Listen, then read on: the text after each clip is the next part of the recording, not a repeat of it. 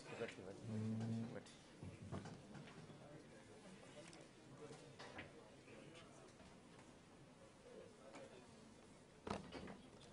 की ओर से प्रेस जगत, इलेक्ट्रॉनिक मीडिया एवं छायाकार बंधुओं का हार्दिक स्वागत करता हूं। आज का दिवस निस्संदेह ही पूर्व उप प्रधानमंत्री, हरियाणा के युग पुरुष, स्वतंत्रता सेनानी चौधरी देवीलाल जी की जयंती मना रहे हैं। सर्वप्रथम मैं माननीय मुख्यमंत्री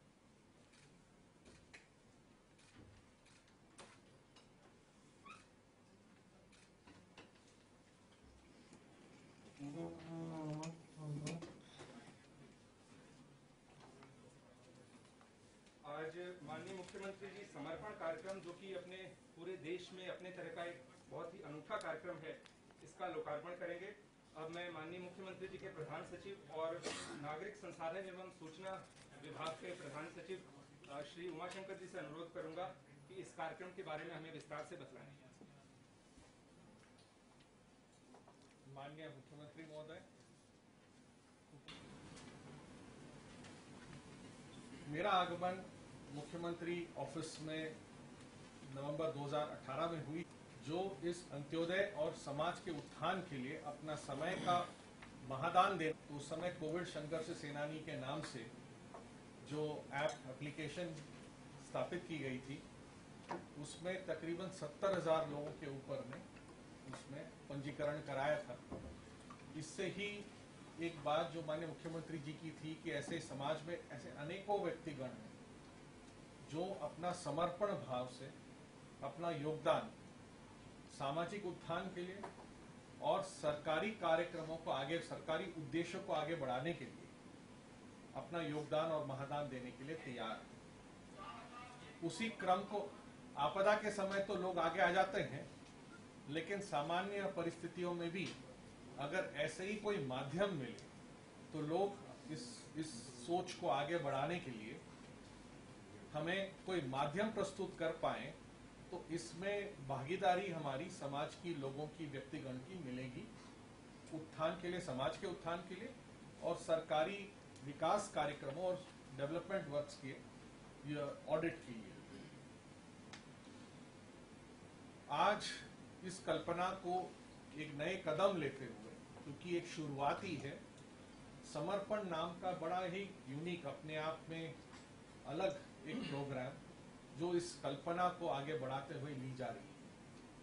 मुझे बड़ी खुशी है कि ये शायद हमारे देश का पहला ऐसा कार्यक्रम होगा जहां पर व्यक्तिगणों को, सामाजिक संस्था तो जुड़ते हैं, CSR के माध्यम से कंपनीज भी जुड़ती हैं, लेकिन आम व्यक्ति, आम जन भी अपना समय का योगदान देके इन ऐसे कामों को आगे बढ़ाने के लिए एक माध्यम स्थापित करने की सोच चली।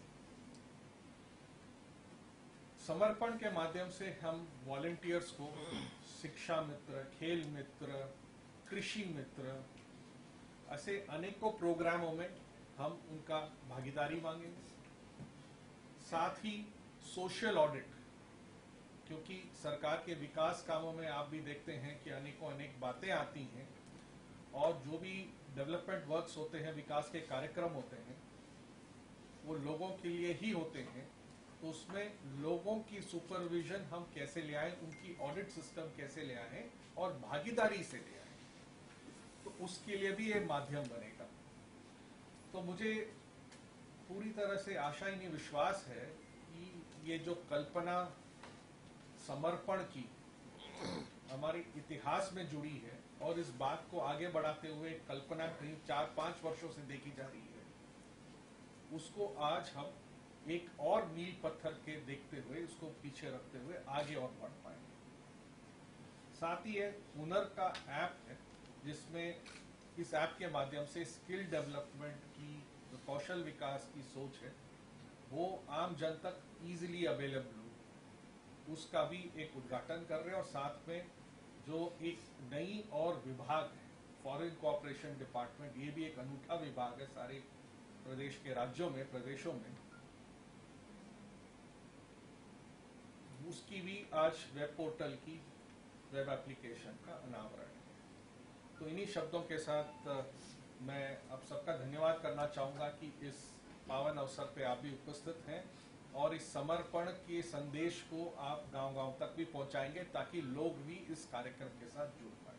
धन्यवाद।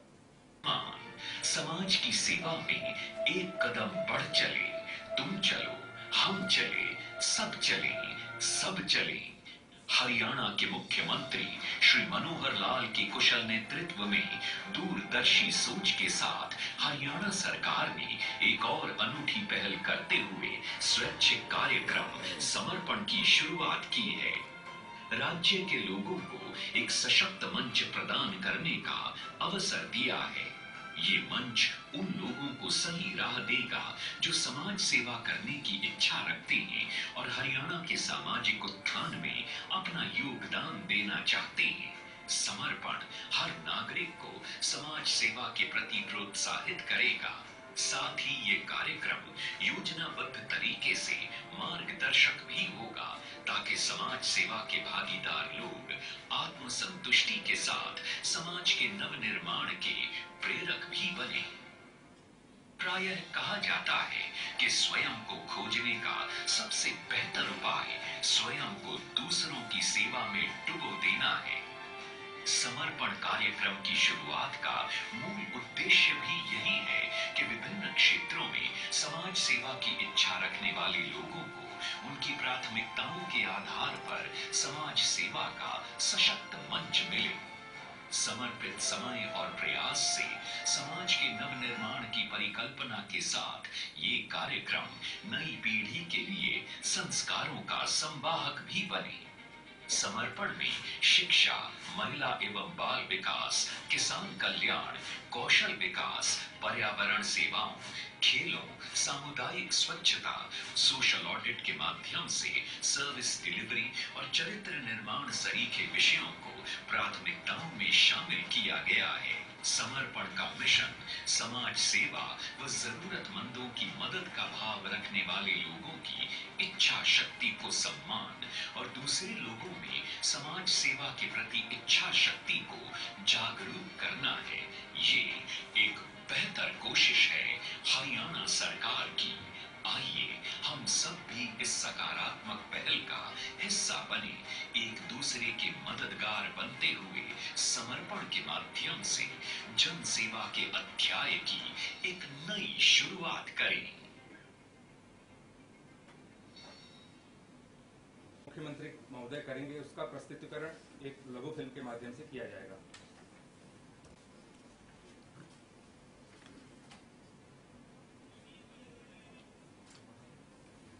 माननीय प्रधानमंत्री श्री नरेंद्र मोदी जी के make in India, digital India और स्किल इंडिया के माध्यम से भारत को आत्मनिर्भर बनाने के सपने को साकार करना हम सबकी नैतिक और सामूहिक जिम्मेदारी है।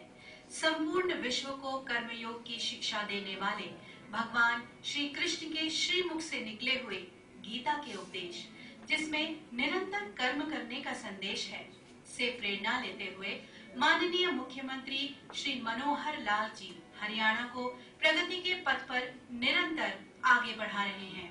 आज हरियाणा कौशल विकास मिशन के माध्यम से एक नए ऐप हुनर को लॉन्च किया जा रहा है। हरियाणा स्किल डेवलपमेंट मिशन के द्वारा विभिन्न कार्यक्रमों में जो हुनरमंद युवा तैयार होंगे, उन्हें स्वयं का कार्य करने और उद्यमी बनने का प्रशिक्षण इस ऐप के द्वारा दिया जाएगा। इन अभ्यर्थियों को 1 वर्ष तक नर्चर भी किया जाएगा। इस ऐप में युवाओं को एंटरप्रेन्योर बनाने हेतु संपूर्ण जानकारियां उपलब्ध कराई गई हैं तथा कॉलेज विद्यार्थियों को इंडस्ट्री रेडी बनाने हेतु अलग अलग कोर्स और जॉब पोर्टल हैं। इस कदम से प्रदेश के युवा अब जॉब ढूंढने वालों के बजाय जॉब प्रदान करने वालों की तरफ कदम बढ़ाएंगे। इस ऐप में संपूर्ण उद्यमिता विकास कोर्स, औद्योगिक डॉक्यूमेंट्री, प्रोजेक्ट रिपोर्ट और एक्सपर्ट एपिसोड्स उपलब्ध हैं। इसमें ऋण आवेदन करने की सुविधा और समस्त केंद्र, राज्य तथा बैंक की स्कीम ऑडियो वीडियो फॉर्मेट में मौजूद है। कॉलेज विद्यार्थियों हेतु विभिन्न प्रकार के औद्योगिक, तकनीकी और व्यवसायिक तथा प्रतियोगी कोर्स भी उपलब्ध हैं।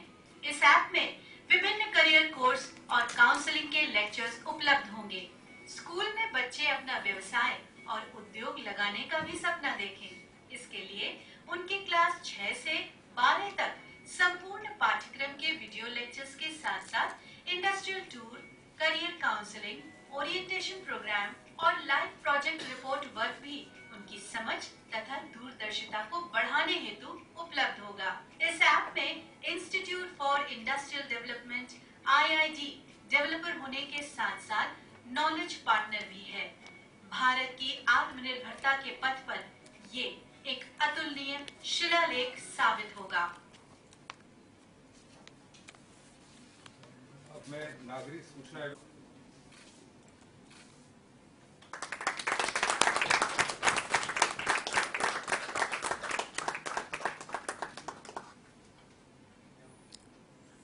एक है हमारे डॉक्टर रजनी मलिक है, उनको अभी लाइव रजिस्टर कराएंगे।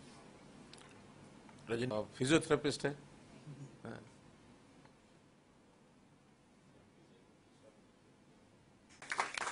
Good.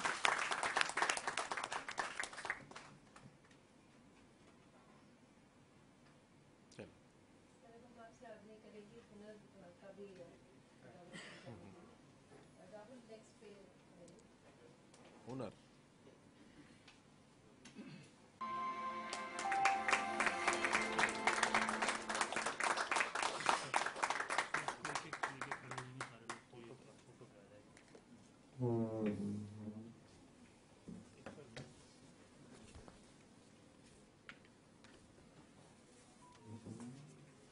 कुछ लगा तो नहीं।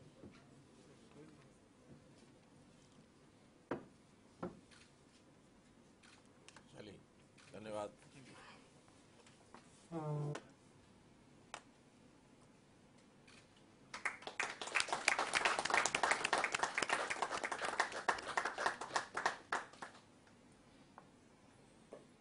अनुग्रहित करें। आज की इस विशेष प्रेस कॉन्फ्रेंस में हमारे बीच में उपस्थित Shri DS Dhesi ji, chief principal secretary, हमारे principal secretary Shri Umashankar ji, additional principal secretary Amit Agarwal ji, उपस्थित सभी अन्य अधिकारीगण, पत्रकार मित्रों, छायाकार बंधुओं, मैं विशेष इसलिए कह रहा हूं कि आज का दिन 25 सितंबर, इसको हम कई वर्षों से समर्पण दिवस इस नाते से मनाते हैं। और ये दिवस दो हमारी महान विभूतियां हैं जिनके जन्म यानी जयंती का ये दिन होता है, जिसमें जैसा बताया अपने दीनदयाल जी उपाध्याय, जो आज़ादी के समय से पहले उनकी एक बहुत बड़ी एक वैचारिक भूमिका रही और आज़ादी के बाद संगठन की संगठनात्मक एक प्रकार से जो उनका कला कौशल था, उसके कारण से उन्होंने पूरे देश में संगठन को भी खड़ा किया। और चौधरी देवीलाल जी ये भी आज़ादी के आंदोलन से जुड़े रहे और अंत में देश के गरीब, किसान, मजदूर, उनके उत्थान के लिए शासन में आने के बाद भी बहुत सी योजनाएं उन्होंने चलाई। पंडित दीनदयाल जी उपाध्याय को हम इसलिए जानते हैं कि उनकी जो वैचारिक भूमिका थी, वो कहा करते थे कि व्यक्ति अपने लिए तो सभी सोचते हैं, लेकिन समाज के प्रति सेवा और समर्पण का भाव ये सदैव बना रहना चाहिए, तभी हम एक अच्छे, सशक्त, सुखी समाज की कल्पना कर सकते हैं। पाश्चात्य सभ्यता और हमारी सभ्यता में बहुत बड़ा अंतर रहा है। पाश्चात्य सभ्यता में मनुष्य के जीवन का विकास या समाज जीवन का विकास, उसको अर्थ प्रधान इस रूप में देखा गया है कि जितनी आर्थिक प्रगति होगी उतना ही समाज सुखी होगा। लेकिन पंडित दीनदयाल जी कहा करते थे कि हमारी जो संस्कृति है, हमारी जो सभ्यता है, वो त्याग प्रधान है। सैक्रिफाइस की भावना, सेवा की भावना जितनी ज्यादा रहेगी, उतना समाज के अंदर एक सामंजस्य, एक आत्मीयता, एक प्रेम और एक सशक्त समाज की कल्पना हो सकती है। हम जानते हैं कि प्राचीन समय में जितनी सेवाएं, सर्विसेज होती थी, वो ये कहा करते थे कि वो पैसे से नहीं, वो त्याग समर्पण भाव से काम करने वाले लोग वो सबको सेवाएं देते थे और जो सेवा प्राप्त करता था वो बदले में अपने समर्पण भाव से एक गुरु दीक्षा, गुरु दक्षिणा इस प्रकार से दिया करता था, उसकी कोई सीमा नहीं होती थी। यानी यहाँ इस देश में शिक्षा भी फ्री थी, चिकित्सा भी फ्री थी, और जो ट्रेनिंग पार्ट होता था या जो लोगों के जीवन चरित्र को ऊंचा उठाने के लिए एथिक्स की जो ट्रेनिंग होती थी वो भी फ्री थी। संत महात्मा समाज आज भी करता है। तो ऐसी चीजों में अर्थ प्रदान होने के बाद हम उचित सेवा ये त्याग दे नहीं सकते हैं। आज समाज के अंदर हमारे यहाँ विदेशियों की तुलना में इस भाव का, त्याग और समर्पण भाव का वर्चस्व आज भी है। बहुत सी ऐसी एनजीओज हैं जो समर्पण भाव से काम करती हैं। बहुत से ऐसे व्यक्ति हैं जो जीवन का समर्पण समाज के लिए कर देते हैं। अपने लिए कुछ नहीं चाहिए, सब समाज के लिए। मैंने स्कूल के समय में एक कोटेशन पढ़ी थी, किसी महान पुरुष की होगी, कि make yourself necessary to the world will give you the bread. आपको अपनी चिंता करने की जरूरत नहीं है, आप समाज के लिए अपने आप को उपयोगी सिद्ध करो कि समाज को लगे कि इस व्यक्ति की जरूरत है, वो फिर आपकी चिंता अपने आप करेगा। और आपने अपने आप को समाज के उपयोगी सिद्ध नहीं किया, अपने आप में ही लगे रहे, स्वार्थ भाव से आगे बढ़ते रहे, तो फिर आपकी चिंता भी कोई नहीं करेगा। तो इसलिए पंडित दीनदयाल जी उपाध्याय का ये जो अंत्योदय दर्शन है, इसी के आधार पर हमने भी, वैसे तो जब शासन से पहले मुझे जब संगठन काम दिया गया तो नितिन गडकरी हमारे राष्ट्रीय अध्यक्ष थे पार्टी के। उस समय 2010 से 2013 पार्टी का अंत्योदय प्रकोष्ठ था, मैं उसका देश भर का प्रमुख था और उसमें बहुत से अनुभव भी आए। सरकारें भी जो उस समय थी उनमें भी जाकर के काम करने का अवसर मिला। तो जो चीजें हमने सैद्धांतिक तौर पर कभी सीखी थी, उनका प्रत्यक्ष किस प्रकार से आचरण में लाया जाए, वो एक सत्ता में आने के बाद उसका एक अच्छा अवसर मिलता है। तो आते ही हमने ये कहा कि हमें सुशासन लाना है। सुशासन के माध्यम से सरकार की जो सेवाएं हैं ये जनता तक पहुंचानी है। बहुत योजनाएं हैं सरकार की, केंद्र सरकार हो, प्रदेश सरकार हो, स्थानीय सरकारें हो, इतनी योजनाएं हैं कि हर किसी सामान्य व्यक्ति तक वो सब सेवाएं पहुंच जाएं, तो कोई गरीबी रेखा से नीचे रह नहीं सकता कोई व्यक्ति। यहाँ हमेशा एक भाव रहा है कि जिसके पास अबंडेंस है, जिसके पास उपलब्ध है साधन, उससे प्राप्त करना और थोड़ा थोड़ा प्राप्त करना, जहाँ जरूरत है उसको वहां ले जाना और डालना, इसमें कोई संघर्ष नहीं है। अब कोई आदमी पिछड़ा रह गया, कोई मेन स्ट्रीम में नहीं आ पाया, बहुत कारण हैं, पारिवारिक कारण है, प्राकृतिक कारण है, नेचुरल कई बार कैलामिटी आ जाती है, नेचुरल सर्कमस्टांसेस ऐसे हो जाते हैं। एक व्यक्ति पैदा ही दिव्यांग हुआ, अब वो फुल फ्लैज सेवा से आया ही नहीं, तो उसको जीवन भर अगर हमने उसका सहयोग नहीं किया तो वो अपनी मुख्य धारा में आ ही नहीं सकता। एक आदमी गरीब परिवार में पैदा हुआ, अब वो आज का जैसा समाज की रचना है उसको एकदम कोई नहीं कुछ दे देता, लेकिन उसकी सहायता करना, सहयोग करना, यह समाज का भी काम है, सरकारों का भी काम है। तो उस प्रकार से चलते हुए हमने ये सारी योजनाएं बनाई और उसमें से ये जो नया हम स्ट्रक्चर देख रहे हैं, परिवार पहचान पत्र, मुख्यमंत्री अंत्योदय परिवार उत्थान योजना, मुख्यमंत्री परिवार समृद्धि योजना, और उसमें से हर परिवार की पहचान करना, उनसे जानकारी लेना, फिर उस जानकारी को वेरीफाई करना, वेरीफाई करने के बाद फिर उनकी आवश्यकता के हिसाब से, उनकी कैपेसिटी के हिसाब से उनको काम देना, उनकी आय बढ़ाना।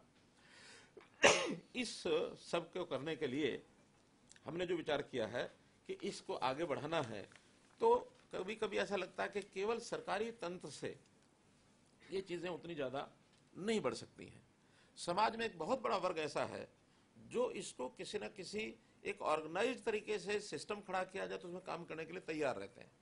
अभी तक सोशल काम सोशल ऑर्गेनाइजेशन ज्यादा करती हैं, लेकिन क्यों नहीं सरकार का एक प्लेटफॉर्म बनाया जाए जिसमें से ऐसे समर्पित लोग, ऐसे जो सेवाभावी लोग, जिनको अपने लिए कुछ नहीं चाहिए, उनको समय उनके पास है, उसका उपयोग करते हुए, कुछ लोगों के पास साधन भी है, साधन लगा करके वो समाज का सेवा काम करना चाहते हैं, लेकिन सरकारी प्लेटफॉर्म में आने के बाद उनके काम का परिणाम ये अच्छा निकलेगा।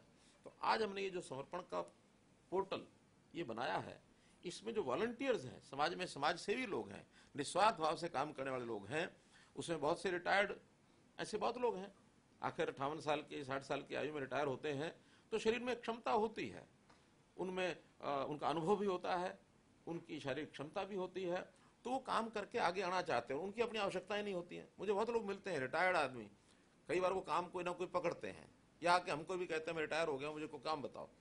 मैंने कहा किस लिए काम चाहिए, आपके पास पैसे की कमी है? कि नहीं, पैसे की तो कमी नहीं है। मेरे क्यों काम चाहिए? इसलिए चाहिए कि मेरे पास समय बहुत है, मैं समय का करूं क्या? अगर मैं खाली बैठता हूं तो मैं बैठ नहीं सकता हूं, फिर कुछ ना कुछ विध्वंसात्मक बातें ध्यान में आएंगी, कहीं ना कहीं और उल्टी सीधी संगत में पड़ जाएंगे। बहुत लोग मिलते हैं। हमने कहा क्या आप जीरो सैलरी पर काम कर सकते हैं? दर्जनों ऐसे नाम हैं मेरे पास, बड़े ऑफिसर्स, जिन्होंने मुझे हाँ कहा है कि हाँ जीरो सैलरी पर भी हम काम कर सकते हैं, 1 रुपये सैलरी पर काम कर सकते हैं। उसमें से ये ध्यान में आया कि क्यों नहीं हम वॉलंटियर्स का पोर्टल खोलें। कोविड के समय में जब पहली वेव शुरू हुई, हमने कोविड का एक वॉलंटियर्स पोर्टल बनाया था। लगभग कितने, 70,000 72,000 के आसपास 72,000 पर्सन्स दे रजिस्टर्ड देमसेल्व्स। किसी ने कहा कि मैं डॉक्टर हूँ, किसी ने कहा कि मैं एडमिनिस्ट्रेशन के काम में सहायता कर सकता हूँ, किसी ने कहा किसी मरीज की उसका केयर करनी है वो मैं कर सकता हूँ। कोई भी काम करने के लिए वो 72,000 लोग आ गए। अभी हम चाहते हैं कि भी आखिर किसान हैं, किसानों को गाइड करने के लिए कुछ किसान मित्र चाहिए, तो इन वॉलंटियर्स में आएंगे। आखिर फॉरेस्ट को बढ़ाना है, जंगल को यानी वृक्षों को बढ़ाना है, पर्यावरण को सुरक्षित रखना है, इसके लिए हम चाहते हैं वन मित्र आने चाहिए। इसी प्रकार यानी हर एक चीज में, शिक्षा को आगे बढ़ाने के लिए शिक्षा मित्र चाहिए, पुलिस को आगे बढ़ाने के लिए पुलिस मित्र चाहिए। यानी पुलिस मतलब रक्षा सुरक्षा में भी वो लोग सहयोगी हो सकते हैं। तो ऐसे भिन्न भिन्न विधाओं के लोग इसमें आए, और केवल रिटायर्ड आए ऐसा नहीं है। हमारे सर्विस में भी कोई बहुत ज्यादा काम करना होता है ऐसा नहीं है। सर्विस क्लास को भी 8 घंटे की सीधी ड्यूटी है, सप्ताह में 5 दिन है, साल में 50-55 छुट्टियां भी हैं। देखा जाए तो मैं रफ आंकड़ा अगर बताऊं तो 8 घंटे के हिसाब से मुश्किल से 150 दिन ही काम करता है आदमी। उसके बाद बड़ी व्यक्ति की छुट्टियां, बाकी उत्सव, संडे, सैटरडे, ये सब निकाल दिए जाए तो 150 दिन से ज्यादा काम नहीं करता है। तो उसके पास 150 पौने 200 दिन खाली है, और फिर सुबह शाम खाली है। ऐसे भी हैं जो 18 घंटे काम करते हैं। केवल रात को 6 घंटे के लिए सोना चाहिए, और दिन में अपने व्यक्तिगत कुछ दिनचर्या के लिए 2 घंटे 3 घंटे चाहिए। 15-15 घंटे काम करने वाले लोग हमने देखे हैं। तो इस प्रकार से काम करने वालों को एक अवसर मिले, सेवा करने वाले को सेवा का अवसर मिले, समर्पण भाव से अपने आप को पुण्य कमाने वाले भी लोग हैं कि भी इससे सेवा का काम होगा तो मुझे पुण्य मिलेगा। हो सकता है अगले जन्म में उनका विश्वास हो कि वापस किसी ठीक ठाक योनि में आ जाए, इसलिए भी सेवा करते हैं। तो मेरा कहने का मतलब ये कि आज हम इस समर्पण भाव को, समर्पण दिवस के अवसर पर ये हमने जो कार्यक्रम शुरू किया है, ये जो हमारा अंत्योदय मिशन है, फॉर्मली मिशन अंत्योदय 2020 केंद्र सरकार ने कार्यक्रम शुरू किया है। तो मिशन अंत्योदय 2020 वो देश भर में सब पंचायतों से लेकर के और प्रदेश और केंद्र सरकारों के विभागों के साथ वो चीजें जुड़ी हुई हैं। हम इसको अलग से स्वरूप देंगे। अंत्योदय मिशन की कोई संस्था, कोई सोसाइटी, कोई अथॉरिटी, कोई मिशन मोड कुछ ना कुछ बनाएंगे, और इसको काम तो शुरू हो गए हैं, लेकिन उन सबको एक जगह पर एक सूत्र में पिरोने के लिए एक इस प्रकार की मिशन अथॉरिटी बनेगी। उसमें कोई ना कोई शुरू में सरकारी अधिकारी रखेंगे, बाद में कोई रिटायर्ड अधिकारी उसके अंदर जिनकी रुचि होगी उनको लगाएंगे, और सारे देश में नीचे लेवल तक जहां जहां आवश्यकता है वहां ऐसे ही हजारों की संख्या में जो वॉलंटियर्स बनेंगे।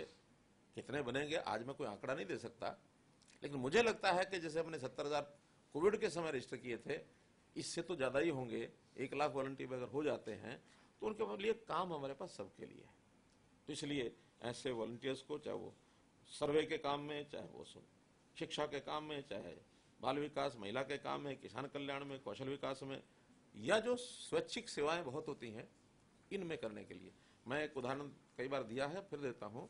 पिछले दिनों इजराइल गया था मैं, तो इजराइल में हमने देखा कि यरूशलेम में एक 5,000 वॉलंटियर्स उनके ऐसे हैं कि उनको उन्होंने एम्बू बाइक दी हुई है, फर्स्ट एड का सामान दिया हुआ, और अपने घर पर या अपने काम के स्थान पर वो उसको रखते हैं। अपना कोई उपयोग नहीं करते घर का, केवल उनके पास खड़ी रहती है। और जहां कहीं किसी को कोई तकलीफ हो गई, जिसको कोई मेडिकल एड चाहिए, उनके पास एक सिस्टम है अपने मोबाइल में बटन दबाते हैं, वो एक पैनिक बटन है या जो भी सर्विस बटन है, उसको दबाया, उसके आसपास के लोगों को मैसेज अपने आप कंट्रोल रूम से पहुंच जाता है। और जिसके पास 5-6 लोगों के पास पहुंच जाता है, तो 5-6 लोग सारे के सारे अपनी बाइक को उठा करके, और ऑटो गियर है उसका, दौड़ाया, जैसे हमने परसों जो चलाई ई बाइक, वैसा ही है। तो वो अपना फटाफट उठाया, गियर भी लगाना होता, बस घुमाया और पहुंच जाते हैं। विदिन 90 सेकेंड वो सर्विस उनको मिलती है। तो बहुत नजदीक के सारे वो होते हैं लोग। एक प्रत्यक्ष, हम भी जहाँ घूम रहे थे तो एक बुढ़िया जो है वो गिर गई, वहां फटाफट वहीं से पता लगा ये क्या है, फटाफट देखा तो 3-4 बाइक से आ गई, उनके पीछे, सबके पीछे लगा हुआ है। और सिस्टम उनका है कि अगर कोई आदमी ज्यादा ऐसा नीडी है तो उसको पीछे बैठा करके, क्योंकि स्पोर्ट उसकी एमवाई की हो जाती है, वो भी ऊंची है, बीच में एक आदमी के बैठने की जगह, वो उसको पकड़ लेते हैं और पीछे सहारा मिल जाता है और लेकर के चल पड़ते हैं। उस बुढ़िया को जरूरत नहीं पड़ी, उन्होंने पड़ा हुआ पट्टी की, पट्टी करके उसको खड़ा किया, शी वाज ऑल राइट। तब उनका केंद्र देखने गया, उसमें से हमें लगा कि ऑटोमेटिक प्रोसेस शुरू होनी चाहिए। मुझे खुशी है कि हमारे होम डिपार्टमेंट ने, पुलिस ने भी 212 212 सर्विस जो शुरू की है, 112 जो सर्विस शुरू की है, वो भी ले देकर किसी प्रकार की सेवा है कि 15 मिनट के अंदर कहीं भी किसी जगह भी हरियाणा में किसी को कोई तकलीफ हो जाए, कोई लॉ एंड ऑर्डर की स्थिति आ गई, कोई उसको चोट लग गई, कोई और हो गया, वो गाड़ियां वहां पहुंच जाती हैं। 650 गाड़ियां मैंने सुबह लगाई हैं और बहुत अच्छा उसका एक परिणाम निकल के आ रहा है। तो कुल मिलाकर ये अंत्योदय मिशन के माध्यम से हम इन चीजों को आगे बढ़ाएंगे। साथ ही जो और 2 ऐप का, एक ऐप और एक वेबसाइट जिसका लॉन्च किया गया है, उसमें हुनर ऐप जो है, उसमें किस व्यक्ति को कौन सी स्किलिंग ये चाहिए, किस पर्पज के लिए चाहिए, तो हमारा जो कौशल, हरियाणा विकास कौशल मिशन है, उन्होंने इसको हुनर ऐप को लॉन्च किया है। इससे लोगों को, नौजवानों को खास करके उसकी ऑटोमेटिक रास्ता उसको मिल जाएगा। और ये हुनर ऐप का भी जो लिंक है, हम जो हमारा जन सहायक पोर्टल है उसमें डाल दिया कि नहीं? हाँ, उसके अंदर डाल देंगे, ताकि जिसको जो चीज चाहिए, वो भी एक गेटवे ऑफ हरियाणा गवर्नमेंट है जन सहायक। आपको नहीं पता कि किस सेवा के लिए, किस काम के लिए कौन सी वेबसाइट है, कौन सी ऐप, कौन सा क्या, आप एक ही याद रखो, जन सहायक, उसको क्लिक करो, आपको फटाफट पता लग जाएगा कि आपकी मतलब की कौन सी उसमें, तो ये भी उसमें डाल दी जाएगी। वेबसाइट में हर विभाग की अपनी वेबसाइट है, तो विदेश सहयोग विभाग, इन्होंने भी अपनी वेबसाइट लॉन्च की है। मैं इस विभाग को बधाई देता हूं, ताकि हमारा जो विदेश के साथ जिन लोगों को जुड़े रहना है, वो सब इसके साथ जुड़ करके आगे बढ़े। हमारे नितिन गडकरी जी कहा करते हैं कि रोडवेज, हाईवेज, एयरवेज, तो ये आईवेज भी हो गया। जितनी वेबसाइट है ये आईवेज है कि उसको खोलो और आदमी वहां पहुंच जाए फटाफट। तो एक नए युग के साथ ये जो वेबसाइट बनाई है, इसमें विदेशों के साथ जो लोग पहले से रहते हैं उनके हरियाणा के साथ जुड़ाव, और नए लोग जो विदेशों के साथ संबंध बनाना चाहते हैं उनके साथ जुड़ाव, ये सब उसके अंदर काम आने वाले हैं। कुछ विषय और जो मुझे रखने हैं उसके अंदर, सबसे पहले तो ये जो चल रहा है विषय बहुत समय से किसानों का, देखिए हम चाहे उसको मैं अंत्योदय के साथ ही जोड़ के देखता हूं, पंडित दीनदयाल जी के दर्शन के साथ, उन्होंने एक सैद्धांतिक रूप से हमें एक विचारधारा दी, उस पर काम करने के लिए शासन में आज नरेंद्र मोदी जी से बड़ा नाम और कोई नहीं है। वो भी गरीब का, पिछड़े का, किसान का, इन सब का ध्यान रखते हुए नई से नई योजना बना के आ रहे हैं। वास्तव में तो देखा जाए, देश जब आजाद हुआ उस समय, क्योंकि आजाद हुआ है तो बहुत सी चीजों की आवश्यकता थी, हमको इंडस्ट्री भी चाहिए, हमको एयरवेज भी चाहिए, हमको देश के लिए रक्षा सुरक्षा के लिए शस्त्र भी चाहिए, सब चीजों पर ध्यान दिया गया। लेकिन आम आदमी, गरीब आदमी, उसकी जो आवश्यकताएं हैं वो एक प्रकार से उसकी अवहेलना हुई।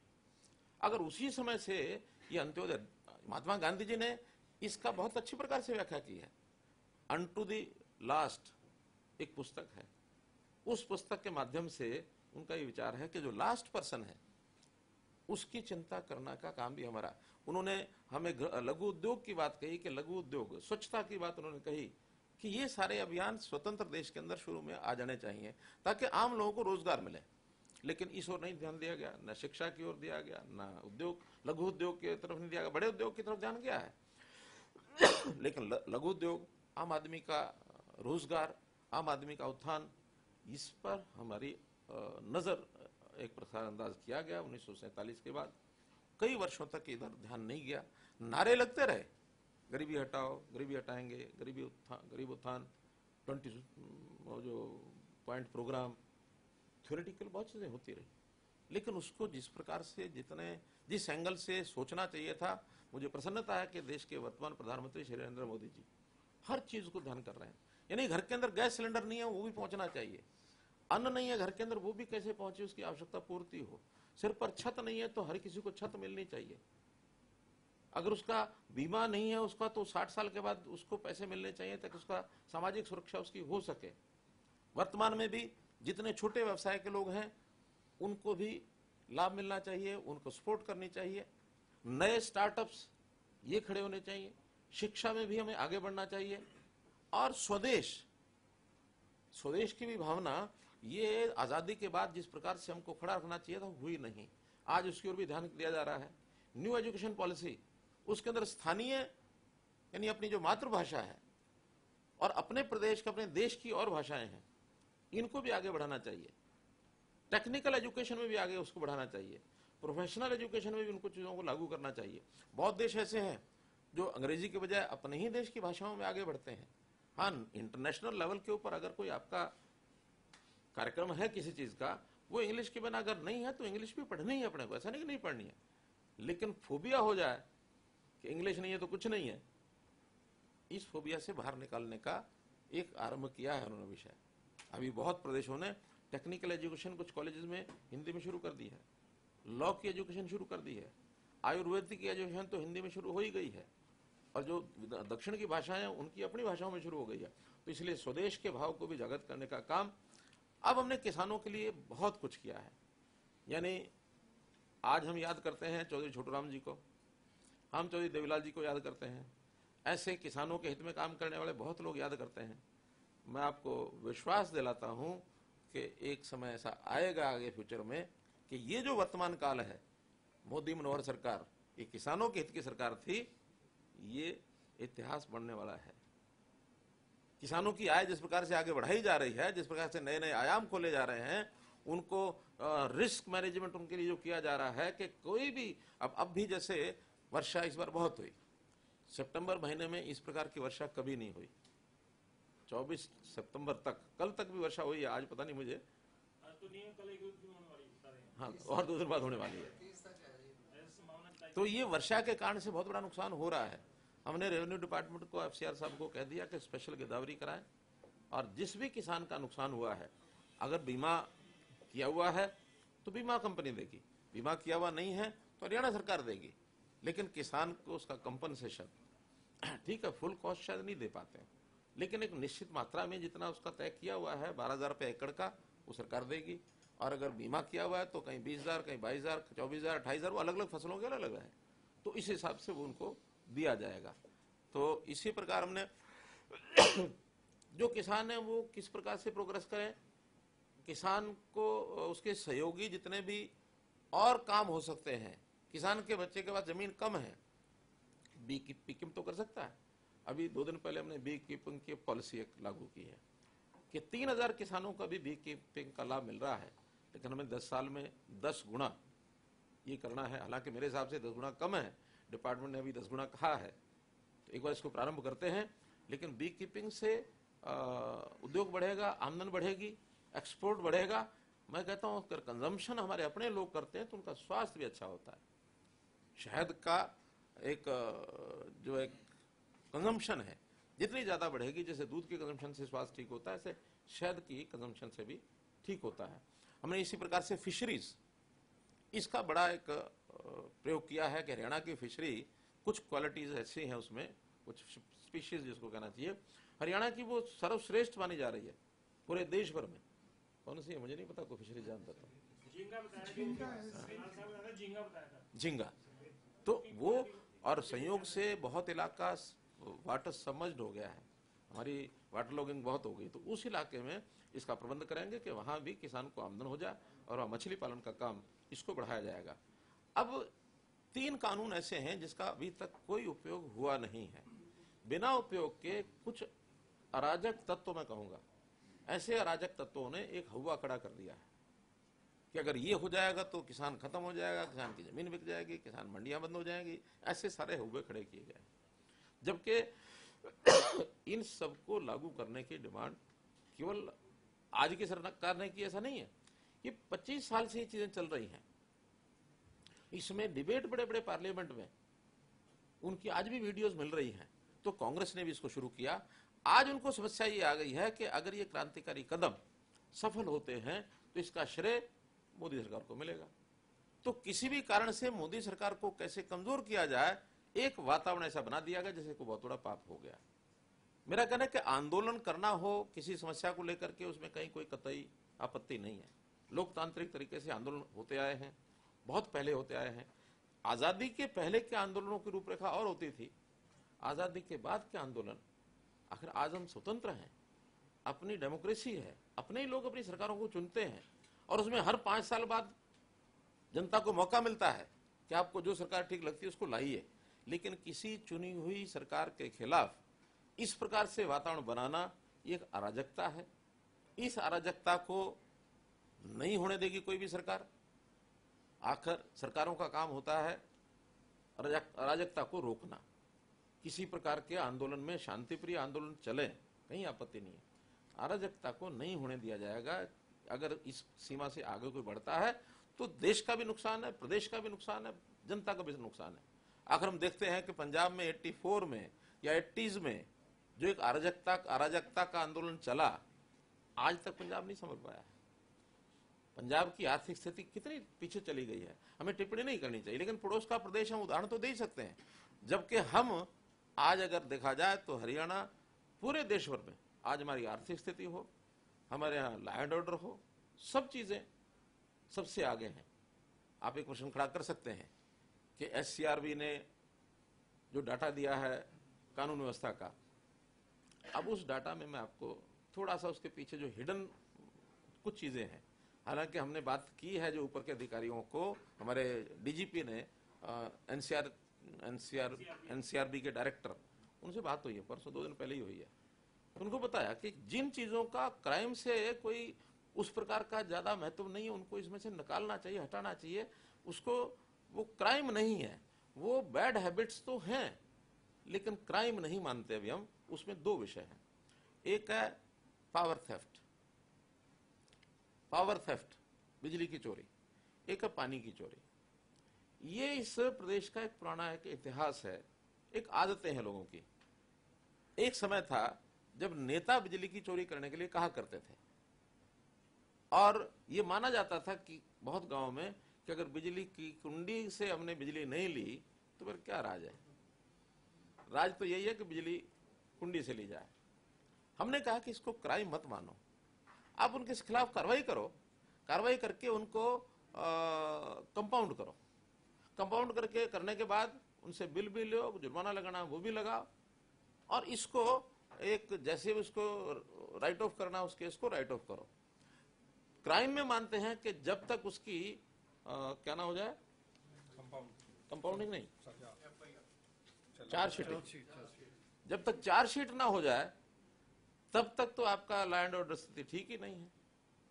अब अगर दोनों ही विषयों को वो इनको जोड़ देते हैं, पानी और बिजली को, इसकी जो केसेस, अच्छा क्योंकि नाम बना हुआ FIR वो भी होती है, वहां अलग से थाने हैं, बिजली के अलग हैं, पानी के अलग हैं, तो वो FIR तो करते हैं, लेकिन अगर उसको जोड़ देंगे तो हमने चार्जशीट तो उनको किया नहीं, हम कंपाउंड करके जुर्माना लिया, 121 करोड़ रुपया जुर्माना ये पावर डिपार्टमेंट ने हासिल किया है। अब जिसने जुर्माना ले लिया अल्टीमेटली उसको क्या करेंगे, चार्जशीट थोड़ी करेंगे।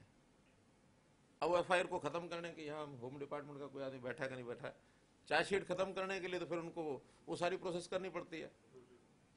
तो उसको चार्जशीट खत्म करने के बजाय उसको चार्जशीट नहीं किया, उसको सॉल्यूशन दिखाकर या अनट्रेस दिखाकर या समझौता दिखाकर उसको खत्म किया।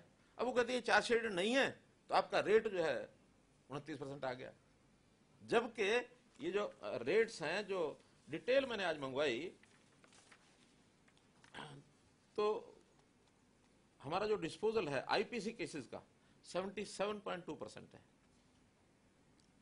Other than this water and power theft cases.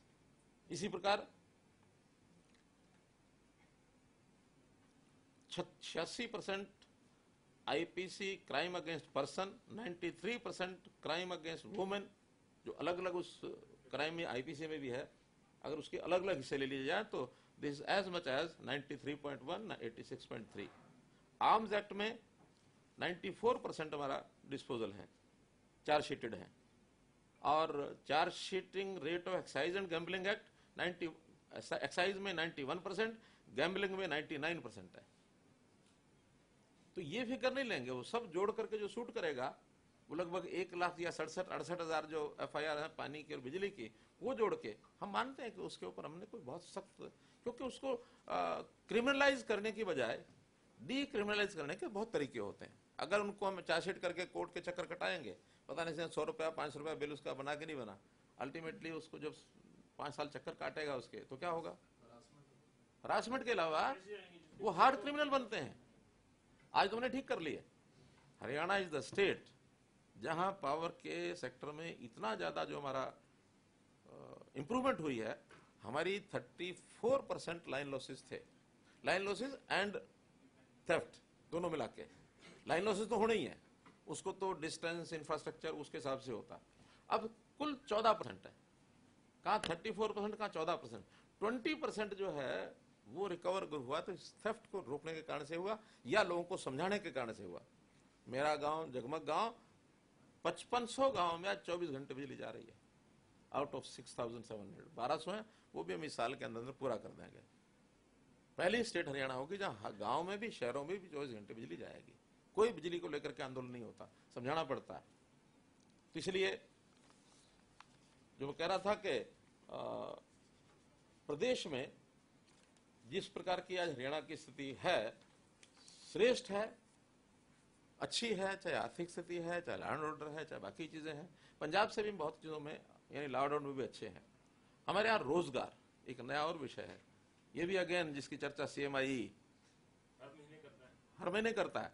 और मुझे बताया गया किसी ने, अभी छपा तो नहीं है, कि इस महीने वो हमारे बेरोजगारी 55% लाने वाले हैं, और मैं ये इंतजार कर रहा हूं कि 100% कब आ जाए। यानी अगर इस प्रकार से इतनी अगर हाई परसेंटेज ऑफ बेरोजगारी होती तो पता नहीं क्या हो जाता अभी तक। और वो बड़ा अजीब है, मैंने 2016 से लेकर के और अब तक उनके 5 साल के आंकड़े देखे हैं, मंथली, उनका एक मंथली रिपोर्ट आती है। तो उस मंथली रिपोर्ट में हरियाणा को उन्होंने बीच बीच में 1.5% भी किया हुआ है, 3%, अगले महीने में 25%। यानी ऐसा सिस्टम क्या आपका कि एक महीने में 3% बेरोजगारी है, अगले महीने में 25% हो गई है।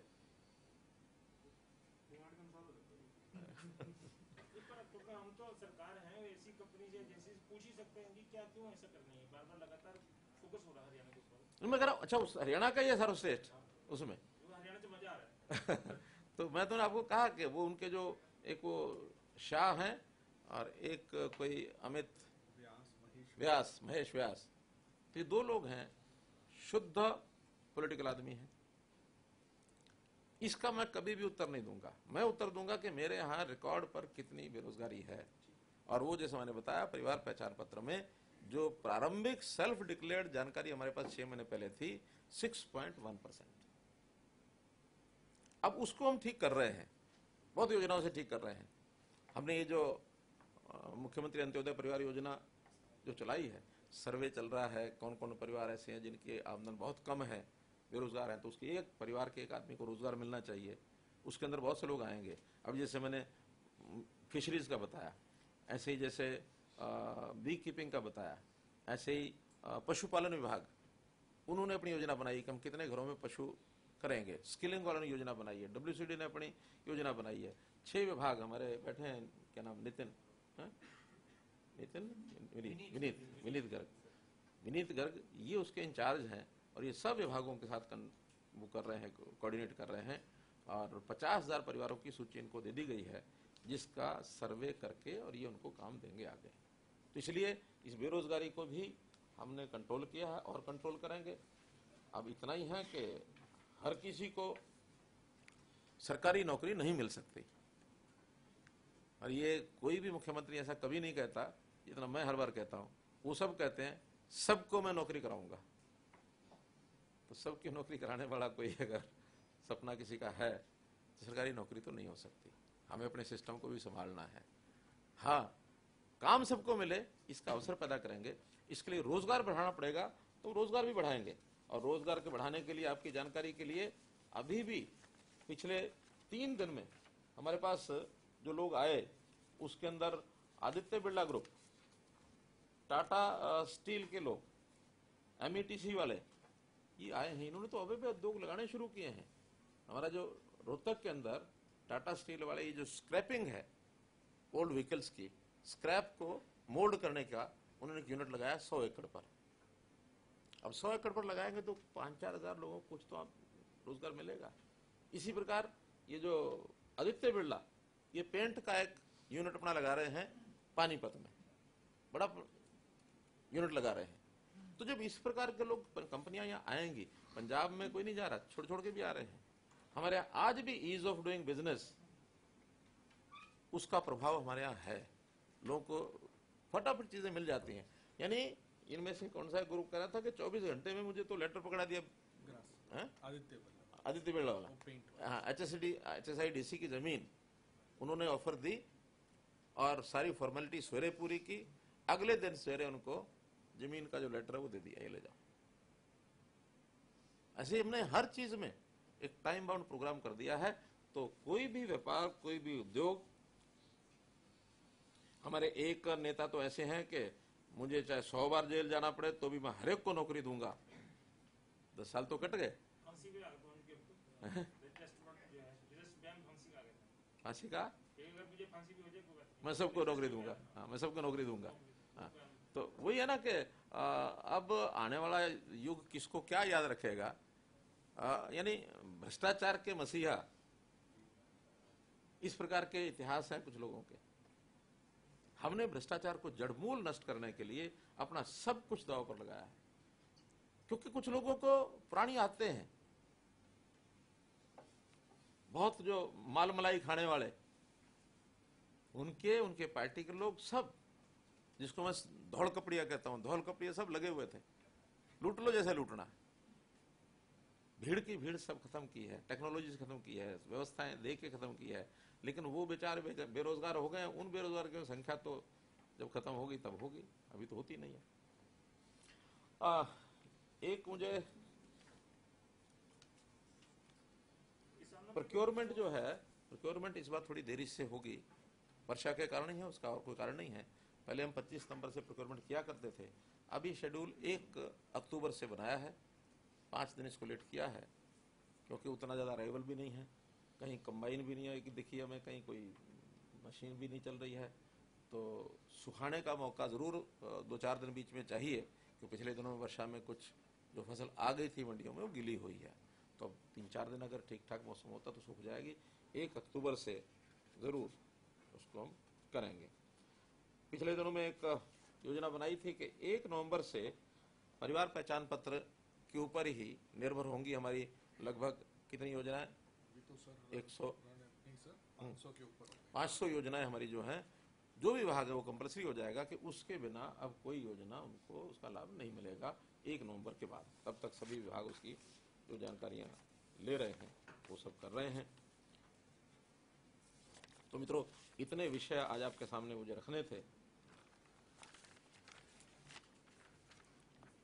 तो रह गया। हाँ, ये जो पिछले दिनों में एक घटनाक्रम हुआ कि पेपर लीक, पेपर आउट, ये भी हमारे लिए बहुत बड़ा एक कंसर्न है। हमने उसको बहुत गंभीरता से लिया है और ये हमें ध्यान में आ रहा है कि एक बहुत बड़ा गैंग है, बहुत बड़ा नेटवर्क है। हमने तय किया कि भी किसी भी कीमत पर इस नेटवर्क को हम तोड़ेंगे। ये नेटवर्क आंखों से ओझल रह करके जब तक काम किया उसने किया और बहुत पुराने समय से कर रहा है। हमने तो FIR भी बहुत कराई हैं, उनके खिलाफ कार्रवाइयां भी चल रही हैं। ये जो पिछला पेपर लीक का हुआ था इसके अंदर 28-30 लोगों को गिरफ्तार भी किया, दूसरे प्रांतों के लोगों को भी पकड़ा है। अब उसके बाद 2 टेस्ट हमारे ठीक हो भी गए हैं। कुछ लोग इसमें लुटे भी हैं। उनकी लुटाई खूब हुई है, क्योंकि लगता उनको यह है कि चाहे कितना ही हम जोर मार लें, कितना ही सरकार प्रबंध कर ले, लेकिन कहीं ना कहीं चोरी तो हो ही जाएगी, थेफ्ट तो इसके हम कर ही लेंगे, चीटिंग तो हम कर ही लेंगे। पहला विषय तो यह है कि इस प्रकार का मैं सबको निवेदन करता हूं कि कोई नौकरी के लिए इस प्रकार के चक्कर में ना फंसे। पैसे भी गवाएगा, नौकरी भी ऐसे आदमी को नहीं मिलेगी, और पैसे दे करके उसको मेरिट पर मिली है तो नहीं देगा तब भी उसको मिलनी है। ये उनको वहम निकाल देना चाहिए कि नौकरी मिली और पैसे दिए तो पैसे के कारण से मिली, ऐसा नहीं, उसकी मेरिट के कारण से ही मिली है। और मैं आज एक और घोषणा करता हूं कि इस नेटवर्क को तोड़ने के लिए हमें लोगों से जानकारियां भी चाहिए। हमने बहुत बड़ा नेटवर्क पकड़ा है, फिर भी कुछ लोग अभी कहीं ना कहीं लगता है छुपे होंगे। उसका एक ही हल है कि जितने लोगों को ऐसे लोग संपर्क करते हैं कि मैं तुम्हारी नौकरी लगवा दूंगा, ऐसे लोगों की जानकारी मैं एक विजिलेंस डिपार्टमेंट की ओर से एक नंबर प्रसारित करता हूं, उस नंबर पर वो बता दें। जिन्होंने पहले दिए हैं वो भी बता दें किसको दिए हैं, और आगे कोई मांगने आता तो उसकी भी जानकारी दे दें। रंगे हाथों पकड़ने की बात आएगी तो उसको तैयार करेंगे हम कि ठीक है तुम दो, हम पकड़ेंगे। और नहीं अगर रंगे हाथों तो कम से कम उस नेटवर्क का जरूर पता लग जाएगा कौन कहां से कैसे नेटवर्क से बनाया हुआ है। वो नंबर है, स्टेट विजिलेंस बोर्ड का है, टोल फ्री नंबर है। आज शाम 4 बजे से इसको एक्टिव हो जाएगा ये, क्योंकि फॉर्मेलिटी चल रही है, कल ही हमने योजना बनाई है। नंबर है 1800-180-2022। लास्ट का 2022 तो आप इस साल में एक जोड़ दो, बाकी है 1800-180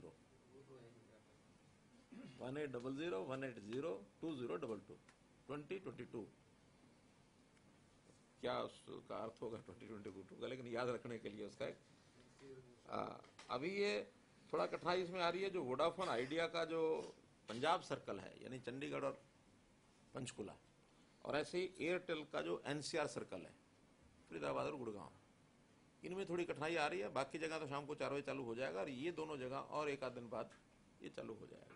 इसकी सारी व्यवस्थाएं वो कर रहे हैं, लेकिन इसको निश्चित रूप से नेटवर्क को डिमोलिश करना ये हमारा हेतु है। कोविड की जानकारी आपको हो ही गई कि अभी संयोग से दूसरे जो वेव का मामला धीरे धीरे समाप्त हो रहा है। आशा करते हैं कि आगे तीसरी वेव ना आए, फिर भी सावधानी सब जगह बरतनी है। और अभी तक जो वैक्सीनेशन हो गई है 2,15,00,000 से ऊपर हो गई है, 1.5 करोड़ से ऊपर फर्स्ट डोज है, और 50 लाख से ऊपर 55 लाख के आसपास सेकंड डोज है, 1,60 और 55 ऐसा कुछ। हर दिन 1-1.5 लाख 2 लाख ये बढ़ जाता है। तो लगता है कि दिसंबर 31 तक फर्स्ट डोज सबको कंप्लीट हो जाएगी, सेकंड डोज उसके बाद फिर नेक्स्ट जब भी उसका ड्यू होगा तब वो पूरी होगी। फर्स्ट डोज हमारी लगभग 2 करोड़ लोग ऐसे हैं जिनको फर्स्ट डोज लगनी है। अभी बच्चों वाली डोज शुरू नहीं हुई है, वो जैसा ही कोई योजना आएगी उसके हिसाब से उसको हम चालू करेंगे। एक विषय की बधाई और देनी है कि हमारे यहाँ हरियाणा हर दृष्टि से आगे बढ़ रहा है। तो अभी जो कल रिजल्ट आया है यूपीएससी का, इसमें क्योंकि उसमें एड्रेस तो होते नहीं है, फिर भी हमारे लोगों ने एक अभी तक जो रिपोर्ट निकाली है उसमें 29 संख्या यूपीएससी में 761 में से पास होने वाले जो रैंक लेने वाले लोग हैं, इनमें 729 लोग हैं। और हमारे 3 अधिकारी ऐसे हैं जिसमें से एक तो यहाँ बैठे नहीं, कोई वो ही नहीं है। एक तो हमारे एडीजी सीआईडी, उनका बेटा, उनका 91 ये क्रमांक आया है। एक अमित झा, हमारे जो रूरल डेवलपमेंट के एसीएस हैं, उनकी बेटी है, उनका बेटा, और विनय सिंह की बेटी, विनय सिंह यादव की बेटी का उसका तो 9th नंबर आया, 11वां। और उनका 131, 164, तो 164 वाला तो आईपीएस होगा। और ये जो 91 वाला, ये दोनों तरफ कहीं भी हो सकता है। और जो 13 नंबर है विनय सिंह, वो आईएएस निश्चित है। 3 तो हमारे, एक जो अरुण कुमार हमारे दिल्ली में जो अधिकारी है, उनकी बेटी उनका 330। तो कुल मिला के 761 में से अभी तक छटनी हो रही है 29। पिछली बार भी 20 के लगभग ये नाम थे, इस बार 29 लोग आए हैं, तो बहुत अच्छी एक उपलब्धि हरियाणा के हम इसको कह सकते हैं। लगभग 3.5% लोग हरियाणा के इसमें आए हैं। 2020 HCS की एक लड़की जो है जो सिटी यमुनानगर, अच्छा, वो खुद आ गई है। हाँ, तो उसका तो स्कोप अच्छा होता है, 25 में तो आई ही है वो, IAS में आ गई, अच्छी बात हो गई। तो कुल मिलाकर इन सबको मैं इनको बधाई देता हूँ, इनके परिवार को लोगों को बधाई देता हूँ।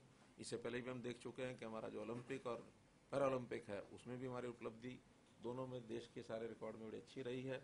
हरियाणा आगे बढ़ रहा है, तेजी से बढ़ रहा है। बहुत बहुत धन्यवाद। मैं मीडिया के बंधुओं से अनुरोध करूंगा कि प्रश्नों के लिए।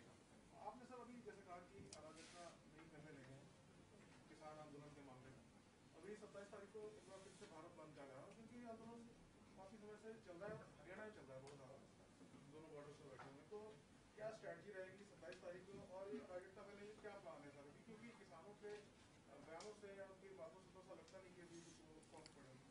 देखिए, चूंकि ये सारी जानकारियां तो उसी में से निकलेंगे कि आगे ये बातचीत किस प्रकार से आगे बढ़ती है।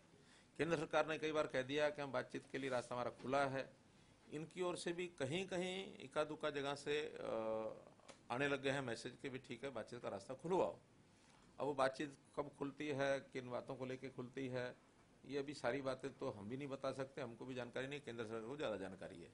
इतना जरूर है कि जो बॉर्डर्स के रास्ते हैं हमारे यहाँ, तो कुंडली बॉर्डर और ये अपना टिकरी बॉर्डर, 2 बॉर्डर ऐसे हैं जो इंटरस्टेट जो बंद है। हालांकि बाकी भी है, लेकिन बाकी बंद नहीं है। उस दिन चूंकि उन्होंने एक स्टैंड ले लिया कि हम सुप्रीम कोर्ट के उस ऑर्डर में पार्टी नहीं है, इसलिए हम तो नहीं आएंगे। ये ठीक है कि सुप्रीम कोर्ट बुलाए तो बेशक मत जाए, उनको प्रदेश सरकार के बुलाने पर आना चाहिए था। अब नहीं आए हैं तो ये बात उन्हीं के खिलाफ जाएगी। और अब जो है सुप्रीम कोर्ट की डेट कब लगी है?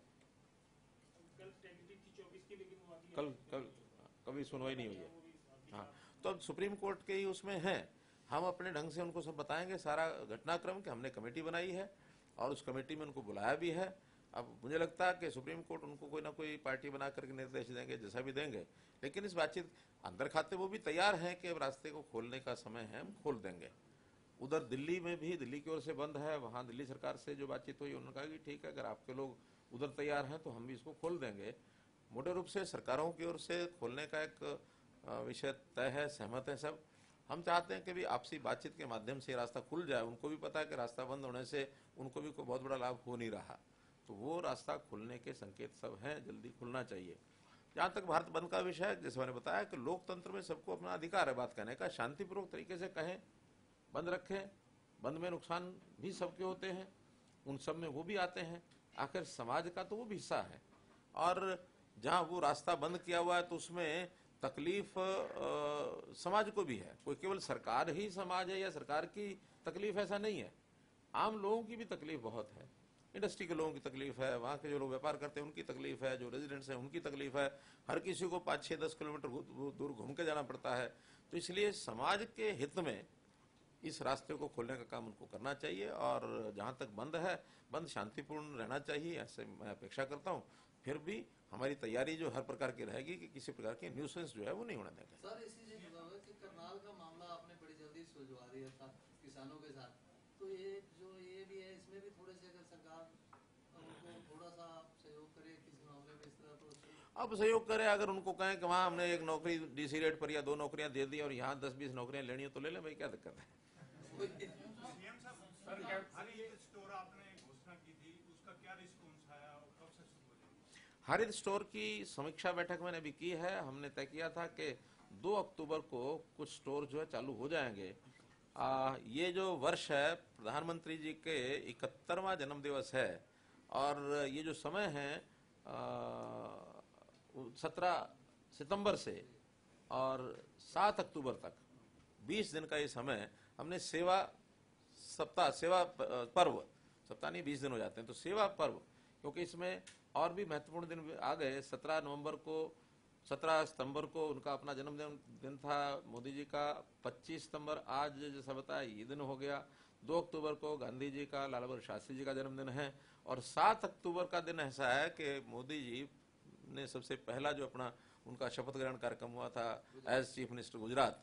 एक प्रकार से सामाजिक यानी राजनीतिक उनका जो सफर है, वैसे तो संगठन मंत्री के नाते पहले काम करते रहे, लेकिन पॉलिटिकल जिसको कहना चाहिए सफर जो है उनका, वो 7 अक्टूबर को शुरू हुआ। तो इस 20 दिन में ये समय हुआ है। तो उनका 71वां जन्मदिन है। तो हमने सोचा कि भी 71 बूथ ये उस दिन चालू हो जाएंगे। ये हमारा 2 अक्टूबर उसको लॉन्च कर देंगे। कैप्टन अमरिंदर सिंह एक मिनट। कैप्टन अमरिंदर सिंह के ऊपर जो है सरकार के कई मंत्री आपकी हमला करते रहे हैं पहले, तो अब और उनके ऊपर ये आरोप भी लगता रहा कि ये कैप्टन भड़का रहे हैं किसान आंदोलन को। तो अब कोई जब वो कांग्रेस से बाहर है, कोई इलाज नहीं चल रही है कि ये आंदोलन को खत्म। देखिए, हर आदमी के कई पहलू होते हैं। वो जो पहलू था वो एक मुख्यमंत्री के नाते, कांग्रेस के नेता के नाते उन्होंने किया होगा तो किया होगा। अब वो मुख्यमंत्री तो रहे नहीं हैं, और जिस प्रकार से उनको किया गया है, बाहर किया गया है, वो उनके लिए भी सोचने की बात है। कांग्रेस अपने घर में भी सोचे। कम से कम मुख्यमंत्री हमारे भी हटते हैं, लेकिन हमारे हटने के बाद इतना अपने आप को लज्जित नहीं महसूस करते हैं। बड़े सामान्य तरीके से गुजरात के मुख्यमंत्री गए, उनका मैं पार्टी का कार्यकर्ता हूँ। आज मुझे खो-खो में एक अवसर मिला है, खेल है, दूसरे को खो दे दी, दूसरा चल के अपने गद्दे पर बैठ गया, वो चलाएगा, मेरे जिम्मे जो काम लगेगा मैं करूंगा। लेकिन यहाँ तो जिस प्रकार की दुविधा और जिस प्रकार का आपसी एक विरोध एक दूसरे के खिलाफ देखने को मिला है, वो आप देखते हैं। तो ये केवल वहीं चल रहा है ऐसा नहीं है। हमारे हरियाणा में भी कांग्रेस में यही है। हरियाणा कांग्रेस भी उसी कैप्टन वाले राह पर हमारे भूपेंद्र सिंह हुड्डा भी चलते हैं। यहाँ भी इनको सुहाते नहीं एक दूसरे को। आज तक कांग्रेस पार्टी हरियाणा में अपना संगठन नहीं खड़ा कर पाई। कितने महीने, साल हो गए। और हमारे यहाँ एक तरफ अध्यक्ष बने, अगले दिन पट कर सारी गाड़ी चल पड़ी और सारे प्रदेश में संगठन के सब कार्यक्रम चल रहे हैं, सारे पदाधिकारी बन गए, सब कुछ हो गया। तो भारतीय जनता पार्टी का जो चरित्र है, ये कांग्रेस उसका मुकाबला नहीं कर सकती है। कांग्रेस में जिस प्रकार की छालेदारी एक दूसरे की होती है, हाँ ठीक है, मौलिक अंतर सोच में सिद्धू और कैप्टन का यदि हम करेंगे तो कैप्टन की सोच देश से बाहर नहीं है, देश के अंदर है। लेकिन सिद्धू का न जाने कहाँ किधर क्या लिंक बना और कैसे क्या वो भूल जाए, वो सब हम देख रही हैं। कुरुक्षेत्र में फिर घटनाक्रम हुई, क्योंकि आप कहें कि हम अराजकता नहीं फैलने देंगे। ये एक बिल्कुल क्विकमेंट है सरकार, किसान आंदोलन के नाम पे जो भी कुछ अराजकता हुई, लेकिन कल फिर वही घटना हुई। कल हुई है तो उनके खिलाफ कार्रवाई हुई है। हमारा कार्यक्रम हुआ है, पूरे कार्यक्रम को उनके अंदर घुसने नहीं दिया, उनको पकड़ा, गिरफ्तार किया। उनके खिलाफ, कुछ लोगों के खिलाफ 107-51 का केस है, कुछ लोगों के खिलाफ 307 का केस है।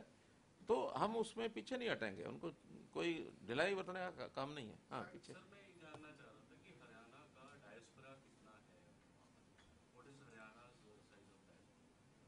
बाहर विदेशों में ऐसा कि इसका कोई एकदम निश्चित आंकड़ा तो हमारे पास अभी नहीं है। उसके लिए मैंने डिपार्टमेंट को कहा है, अभी कहा है मैंने डिपार्टमेंट को कि हर एक देश में हमारा डायस्पोरा कितना है, इसकी जानकारी लेकर के इकट्ठा कर रहे हैं। कुछ कब तक हो जाएगा ये?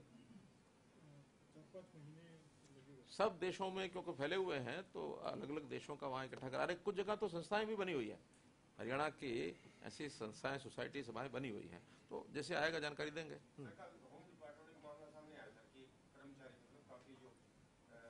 वो जो सामने आया उसको सजा दे दी गई है, उसको सस्पेंड कर दिया है, उसके खिलाफ FIR हो गई है, और ऐसा कोई कर्मचारी करेगा तो उसको कतई बर्दाश्त नहीं किया जाएगा। मुख्यमंत्री जी, आपने अभी पोर्टल लॉन्च किया समर्पण का। देश में ऑलरेडी NGO हैं जो कि रजिस्टर्ड रहती हैं सरकार के साथ। ये जो पोर्टल है उनसे कैसे भिन्न है? दूसरा, क्या वो भी इससे जुड़ सकती हैं आपके पोर्टल से, जो NGO आमतौर पे काम कर रही है समाज? अभी एज NGO जोड़ने का तो हमने नहीं किया है, कोई अगर प्रस्ताव आएगा तो देख लेंगे। लेकिन उनके जो व्यक्ति हैं, जो उनके सदस्य हैं, इसके सदस्य बन सकते हैं। और कुल मिलाकर के योजनाएं सब अच्छी हैं, उनकी भी अच्छी हैं, हमारी भी अच्छी हैं। जो रजिस्टर्ड NGOs हैं उनको जहां कहीं एंटाइटल्ड है किसी फैसिलिटी की तो फैसिलिटी उनको देते ही हैं। ये सीधे सीधे हमारे अपने विभाग जहां हमको जरूरत है, जैसे हमने कहा कि हमें वन मित्र बनाने हैं, तो जो ऐसे वन विभाग के साथ जुड़ना चाहेंगे, पर्यावरणवादी होंगे, उनको सबको कोई ना कोई ऐसी योजना बना करके उनको लगाएंगे। वन लग तो जाते हैं लेकिन उनकी सुरक्षा नहीं होती है। हमारे यहाँ हर साल जितना एक डाटा पेश किया जाता है कि इतने करोड़ पौधे लग गए, उतने करोड़ अगर बचते रहे तो मेरे ख्याल सारा रेणा वन बन गया होता। लेकिन अगर हम वॉलंटरी लोगों को थोड़ा आग्रह करेंगे तो वो पेड़ लगाने में और लगाने के बाद उनकी सुरक्षा करने में उनको एक प्रायोरिटी से जिम्मे लगाएंगे। इवन विद्यार्थियों के बारे में हम सोचते हैं कि उनको इंसेंटिव दें हम, कि एक विद्यार्थी अपने जीवन में पेड़ लगाया, जब तक वो पढ़ रहा है उसकी सेवा भी करे, देख रेख भी करे, तो उसमें से चीजें आगे बढ़ेंगी। नेता प्रतिपक्ष भूपेंद्र हुड्डा विपक्ष आपके समक्ष कार्यक्रम की शुरुआत कर रहे हैं। 10 तारीख को फील्ड में उतरने का ऐलान किया है भूपेंद्र हुड्डा ने, करनाल से। करना चाहिए। तो सर कैसे देखते हैं आप इसको? मैं देखता हूँ कि उनको अपनी पार्टी गतिविधि बढ़ानी चाहिए। वो कितना सफल होते हैं कितना नहीं होते, क्या बातें वो रखते हैं जनता के सामने, क्योंकि अभी तक तो एक ही बात रख रहे हैं कि इस सरकार की कोई भी उपलब्धि नहीं है। अब पता नहीं उन्होंने ये 2 साल जोड़ेंगे, पिछले 5 भी जोड़ लिए। उन्होंने जोड़े तो साथ ही हैं, बोला मुख्यमंत्री तो उन्होंने जी के साथ हो गए, पर गठबंधन के 2 हो गए, और इस सरकार में बीजेपी और जेजेपी ने कोई उपलब्धि नहीं है। एक भी नहीं पड़ा। मैं वही कह रहा हूँ, वो उनका काम है, एक भी नहीं है। हम अपनी उपलब्धियां बताएंगे, अल्टीमेटली आप दोनों की बात छापेंगे, जनता देखेगी कि ये सच है कि ये सच है। अब हम उसका कोई कहें कि नहीं ये झूठ है सच है, जनता बताएगी, जनता का काम है। सीएम साहब आज एक बड़ी रैली भी हो रही, थर्ड फ्रंट की बात की जा रही है, हरियाणा से न्यू रखने की बात हो रही है। आप क्या मानते हैं कि थर्ड फ्रंट का विकल्प है देश में? बहुत बार प्रयत्न हुए हैं, आज पहला प्रयत्न नहीं है, बहुत बार हुए हैं। और राजनीति यानी डेमोक्रेसी में ये चीजें चलती हैं, खाली यहाँ और ऐसा नहीं है। ये यूके में भी होती है, यूएसए में भी होती है, जहां जहां डेमोक्रेसी वहां सब जगह होती है ना। यहाँ तो हर आदमी को अपनी पॉलिटिकल पार्टी बनाने का अधिकार है, बनाए, अपने आप नहीं आगे बढ़ सकते, 2-4 पार्टियां मिल करके आ जाए। अब हम भी आखिर अटल जी के समय हमारी अपनी सरकार तो नहीं थी, हमारी भी 20-22 पार्टियां हमारे साथ थी। अलग बात है कि आज बहुत जगह सक्षम हम हो गए हैं कि अपने आप में अपनी सरकारें बना रहे हैं। देश में बहुत जगह ऐसा भी आगे भी चल करके ये सब डेमोक्रेसी में चलेगा। अच्छे लोग जहां इकट्ठे होकर कुछ कर पाए तो करें, लेकिन संभावनाएं कैसी हैं ये आप भी जानते हैं, हम भी जानते हैं। एक स्क्रैप पॉलिसी आ रही है, व्हीकल स्क्रैप पॉलिसी, पेट्रोल और डीजल के वाहनों पर 14 जिले हमारे हरियाणा के भी होंगे, एनसीआर एरिया में भी इफेक्ट होंगे। क्या किसी तरीके की रियायत फिटनेस सर्टिफिकेट जिस तरीके से पहले दे दिया जाता था 15 दिन के बाद, उसको लेकर होगी? देखिए, तो अभी चूंकि कैसे कैसे वो पॉलिसी लागू करेंगे उसका सारा सिस्टम हमने बनाना है। हमने जैसे एक स्टेप आगे लेना शुरू किया है।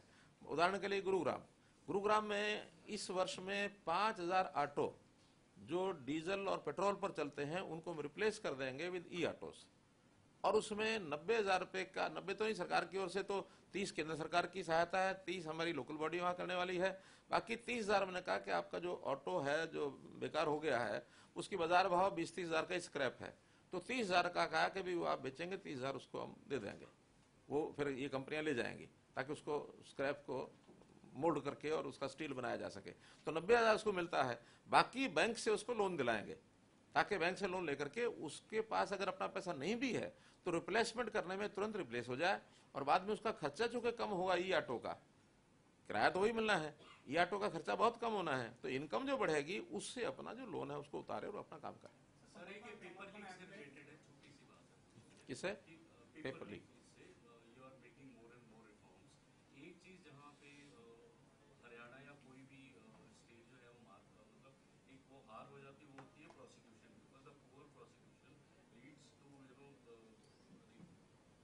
समझ गया।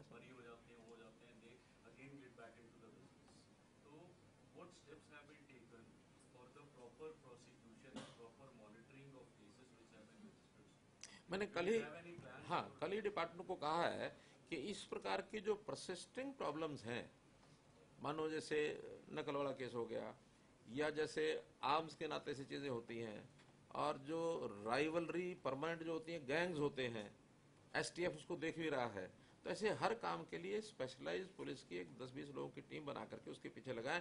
जब तक उसको जड़ से नहीं खत्म कर दें तब तक वो जो टीम है उसके नाते से वो काम करती रहे। नहीं, वो कोर्ट में भी उसी प्रकार से जो टीम बनेगी तो उसके जो प्रोसिक्यूशन है वो भी उसको भी देखेंगे कि प्रोसिक्यूशन ठीक हो जाए, विटनेसेस जो है हॉस्टाइल ना हो जाए, जो हमारे पास सबूत सारे हैं वो सबूत ठीक से पेश हो जाए, तो ये सब करेंगे। जब हमने जड़ से उसको खत्म करना है तो उसमें प्रोसिक्यूशन भी आता है। सर, एक परिवार पहचान पत्र की बात की संवर्धन के अंदर कंडीशन रखी गई है कि परिवार पहचान पत्र होना चाहिए, क्या इसके दूसरा विकल्प भी कोई ना हो? हमने इसको अभी मैंडेटरी नहीं किया है। अगर किसी को सर्विस नहीं लेनी है तो मत बनवाए, और किसी सर्विस लेनी है किसी प्रकार की सरकार की तो उसके लिए जरूर हमने रखा है, तो बाद में उसको बनाने का, उसी समय बनाने का उसका प्रावधान है। क्या आप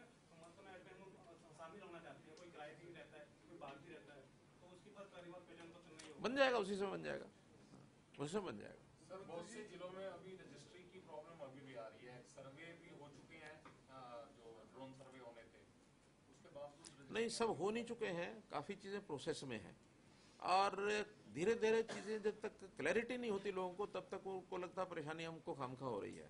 पहली बात तो है कि उसमें प्रॉपर्टी आईडी वो हमने कह दिया सबकी बनाओ, जो भी एक रेक्टेंगुलर टुकड़ा जमीन का है या जमीन नहीं है, मानो फ्लोर भी है, तो भी इंडिविजुअल आइडेंटिटी जिस प्रॉपर्टी की है उसकी प्रॉपर्टी आईडी बननी चाहिए, उसका कोई मलकियत से लेना देना नहीं है। दूसरा है कि उसके मलकियत, वो मलकियत भी जहां कहीं उसके नाम नहीं है, एग्रीकल्चर लैंड है, पार्टीशन यानी फ्लोर्स हैं, बाकी सब हैं, उसके लिए हमने स्कीमें बना रहे हैं कि पार्टीशन भी उसकी हो जाए ताकि हर इंडिविजुअल का अपना एक प्रॉपर्टी का राइट जो है वो सिद्ध हो जाए। इसको भी हम जल्दी ला रहे हैं ना, उसको पार्टीशन वाले को, हाँ पार्टीशन का एक अलग से हम प्रावधान ला रहे हैं। और एक बात रह गई, फिर रह गया 7A रजिस्ट्री में। 7A को जरूर जहां कहीं लागू नहीं हुआ उसको भी हम लागू करेंगे।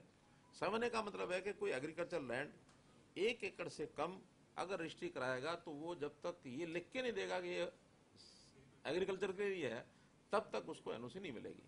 एनओसी मिलेगी 1 एकड़ से नीचे अगर वो एग्रीकल्चर से एग्रीकल्चर है।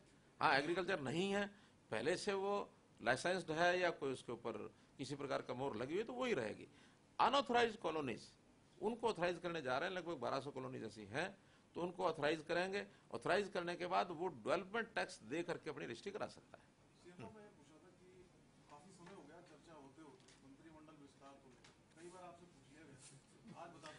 ऐसा कि आप तो बन नहीं सकते बनेंगे तो विधायक, बस फिर वही पूछ ले के मर जाए। कोई नहीं, दिवाली 20 की भी आई थी, 21 भी आ रही है, 22 भी आएगी।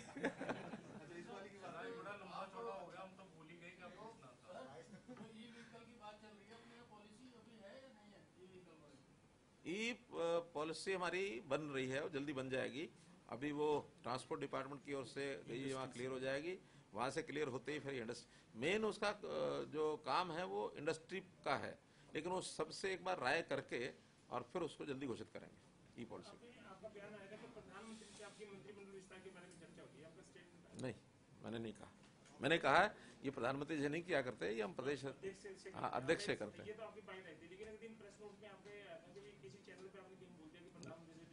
नहीं, वो इन कामों में वो नहीं करते, डिस्कस नहीं करते। धन्यवाद। अब मैं अनुरोध करूंगा नागरिक संसाधन एवं सूचना विभाग के सचिव श्रीमती सोफिया दहिया जी से धन्यवाद प्रस्ताव करें।